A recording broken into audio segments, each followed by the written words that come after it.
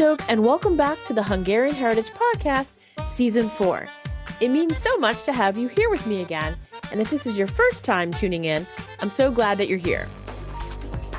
This podcast has always been a journey, not just through Hungarian people, places, food, and culture, but through the heart of what connects us all, our stories, our memories, and the pride we carry in who we are and where we come from.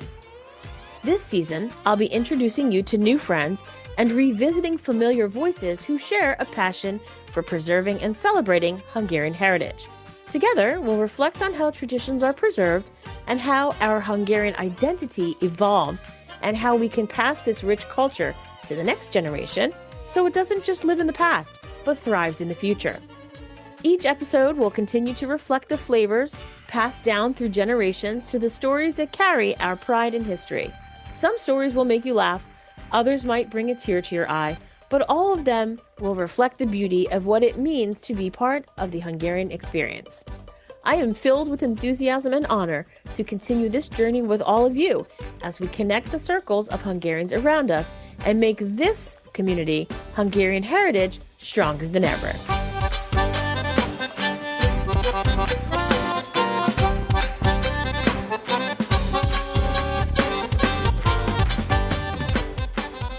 The year was 1956. My family made a decision that would change everything.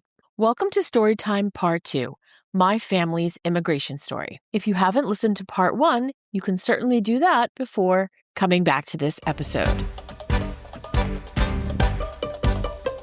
Escaping the country, the days following the list. Leaving was risky, but remaining was potentially more dangerous, especially for my grandmother. Without saying goodbye to anyone, my grandparents and my father left their home that fateful day in the autumn of 1956 and followed a stranger who was arranging passage over the border to Austria. It would be the last time any of them would ever touch Hungarian soil. During the perilous trek to the border, they needed to be careful and quiet to avoid detection by any of the Russian soldiers. Walking the long distance definitely took a toll on them, especially my 7-year-old father, who was too big to be carried. On their way to safety, as the sun was already down, they had to walk past a camp of Russian soldiers. Of course, they were all instructed to be careful where they walked so they would not make any noise. They tried to move behind as many trees as possible to hide their presence. At one point, my grandmother said a car was driving through the Russian camp of soldiers, and the group had to stand behind trees and move slowly to keep their shadows hidden from the headlights. One family had to take measures to knock their baby unconscious to prevent it from crying and revealing the group's location. It is grisly to even say the words of that occurrence, but the baby made it to safety in a healthy condition. I cannot imagine the trauma and guilt those parents carried with them for the rest of their lives, knowing they had to take potentially life-threatening measures to quiet their baby and save the group.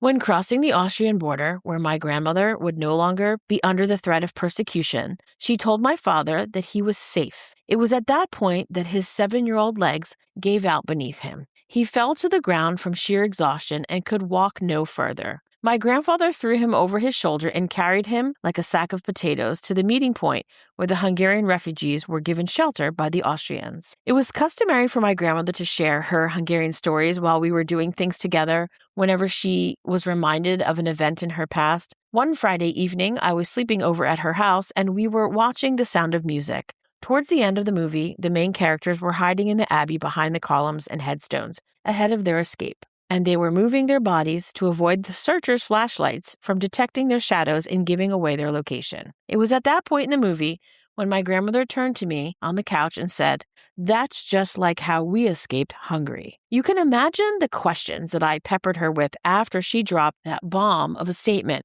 to my maybe 11-year-old ears. Refugee life times 2, from Austria to Camp Kilmer. It provided hot meals, opportunities to maintain their hygiene, and organized distractions to keep people feeling positive about their situation. They even took pictures, and we have one of my dad seated in the audience during a Christmas show. While in the camp, my grandmother said they would sometimes receive oranges, and my grandparents would always give their portion to my dad to eat since he was a growing child. During this experience in the Austrian refugee camp, Hungarians were waiting for countries to accept them and offer them an opportunity for new lives. At one point, my grandparents had 4 options from which to choose: England, the United States, Australia, and one other I cannot remember accurately. My grandparents put their names on the list for England since it was the closest to Hungary and could potentially offer an opportunity for them to return some point in the future. Although they would eventually learn to speak English, it would not be in England, but rather in the United States, as the plane to England was full. In April 1957, my Hungarian family boarded the U.S. military plane in Austria with McGuire Air Force Base in New Jersey as its destination. After landing, they were bused to Camp Kilmer military base in central New Jersey. Operation Safe Haven was set up at Camp Kilmer to receive Hungarian immigrants and help them begin their new lives in the United States.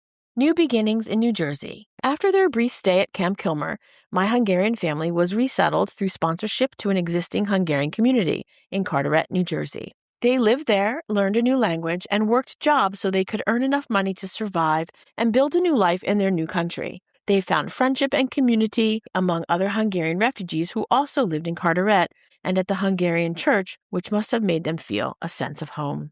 My grandfather worked in a factory as a machinist and also had a second job digging graves in a cemetery. My grandmother worked a night shift at the Westinghouse factory in Edison, where they assembled televisions. Many other Hungarian immigrants also worked there, so she had the comfort of similarity with her new friends, making it easier to assimilate and learn English. My grandparents alternated work shifts, so one of them would always be home with my father while he navigated learning English and making new friends in school. During the years they lived in Carteret, they enjoyed their connection with the Hungarian community, group trips to the Catskills, picnics in Roosevelt Park in Edison, and various social gatherings they attended in their new American community with their new Hungarian friends. In 1964, they moved to Edison, New Jersey, where they fulfilled the American dream of purchasing a home. Edison was where my father attended high school and college, and where he would eventually meet my mother. I was also born in Edison, and I spent many days of my childhood at my grandparents' house because they only lived a few blocks away. My grandparents planted their American roots in that home. American life moved forward. Hungarian life faded. My grandparents did not participate in as many Hungarian social events in Edison as they did while living in Carteret. They maintained Hungarian friends, but they didn't attend the local Hungarian American social club, nor did my father attend the Hungarian Scouts or take folk dancing lessons, both of which would have been possible. I imagine that when they first arrived in the U.S., participating in Hungarian social events helped ease the pain of living in a new place so far from their family in Hungary. Then they assimilated, and they were happy. I often think that they made the choice to withdraw from the Hungarian social scene because it reminded them too much of home, a home that they would never be able to see again. Although my grandparents and father didn't maintain the Hungarian social club experience, there were so many things about their lives that made me feel as though I was in a Hungarian home. Of course, Hungarian food was an important connection, from daily meals to the countless Hungarian Sunday lunches my grandmother would cook, and of course the meals that I learned to cook by her side. When I was very young, she gave me a piece of dough to roll out, while she rolled out the dough on her wooden board for that night's dinner. Sometimes I was in charge of pounding the pork chops with a meat tenderizer, dipping them into the egg, flour, and breadcrumb bowls while she managed the frying pan on the stove. I was always at her side helping her mix things in a bowl, shaping the fascier discs, stuffing the cabbage rolls so tightly you could toss them over the fence to your neighbor, or using the hand grinder that attached to the table to grind the walnuts for kifli or dobrash torta. Everyone loved eating at her house, and Hungarian food was at the forefront of my grandmother's connection to her past. It was in her genes to feed people, and feeding people was clearly how she ended up in the United States. There are countless other ways that I felt the Hungarian traditions come alive in my grandparents' home. We sang Hungarian songs, especially when we were busy doing things like hanging the laundry out to dry or working in the garden. I learned to dance the czardas with my grandmother, and one time she burst out laughing while we were dancing and singing because she said I was pronouncing the words with such an American accent. It was funny to her because she knew that she had such a thick Hungarian accent when speaking English. Conversations between my father, grandmother, and grandfather were mostly in Hungarian, and they spoke freely to each other all the time until my father married my mother. My mother did not speak Hungarian, so they spoke more English to avoid excluding her from conversations.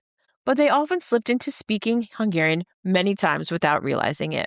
There also wasn't a push to teach my generation to speak Hungarian. I've come to learn that many people around my age experienced similar Americanization pushes and were not taught Hungarian, even if both parents emigrated to the U.S. from Hungary.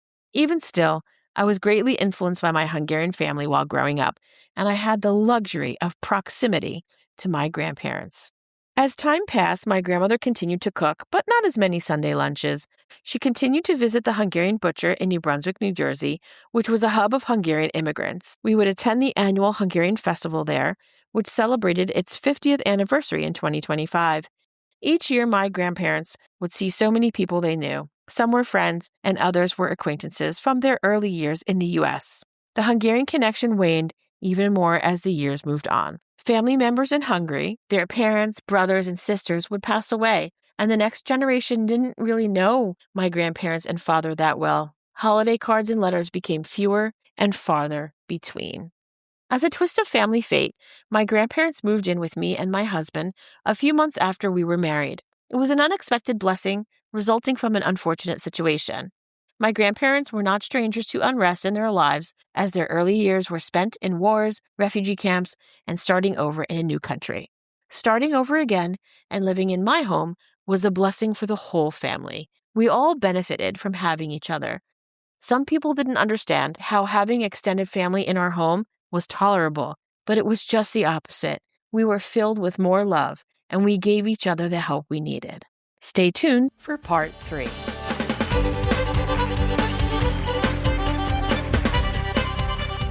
Thanks for joining me on this episode of the Hungarian Heritage Podcast.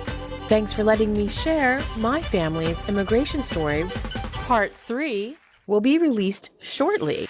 My story, along with many others, can be found in the book Hungarian Roots and American Dreams, and I will leave information in the show notes if you're interested in purchasing a copy in English or in Hungarian.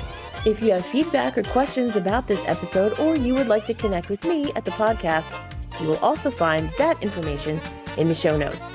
If you've enjoyed this episode and you're interested in learning more about this Hungarian heritage community, please do not hesitate to reach out. I would love to hear from you. Our theme music is Hungarian Dance by Pony Music, used with special license from Envato Market. Don't forget to subscribe, rate, and review wherever you listen to your podcasts. Thanks again for listening, and until next time, make sure you stay Hungarian heritage strong. Sziasztok!